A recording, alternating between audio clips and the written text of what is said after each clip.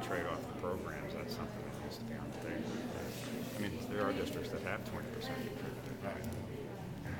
I don't know the answer to your question whether that can be kind of mandated. How are you? How are you doing? I'm good. I actually didn't get any of what you said because there's nowhere to plug my system in. So okay. I was wondering if you could just reiterate some of what you were saying about the concerns of allowing this money to be discretionary. Well, I think there's so much pressure on boards and superintendents then to satisfy things that are less important. So, I mean, I'm just speaking as a superintendent 20 years ago. I would have preferred to not have that discretion, so it's not on the table when 700 people show up and say, don't change the transportation system.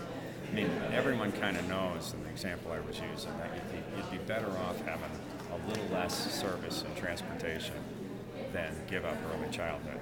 But that's not necessarily the way the pressure points work. And you say a lot of times people will jump at the chance when something is discretionary like that. They think, oh, that can give a little bit for a while. Right. But, I mean, my bigger point is really we spend about $1 billion a grade, and the Project Reimagine districts are going to take some of that existing money and use it for early childhood and not keep waiting around for more expenditures here.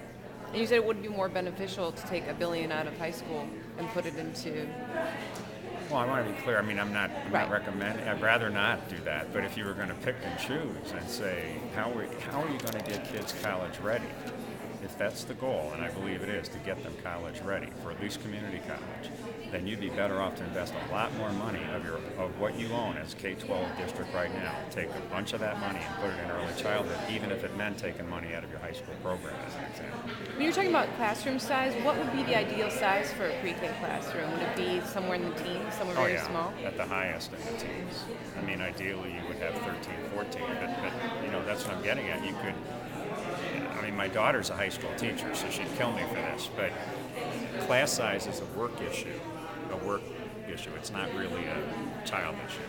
And I get that. She's already got 150 kids, because she's got 30. But I'm just saying you can reorganize that so that there are some courses that really are lecture courses.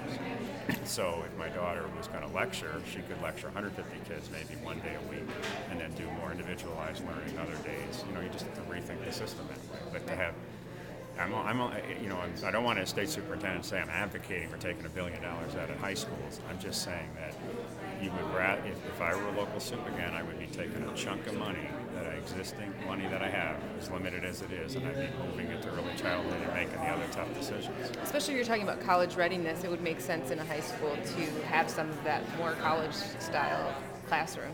Yeah, exactly. I mean, there's a lot of kids that are in a state of shock at the day they go to college compared to what they could have in high school.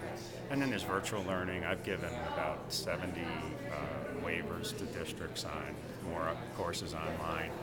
There are some kids in alternative high schools that all of their courses are online. There's money saved there. Take some of that money, stick it in early childhood. That's what I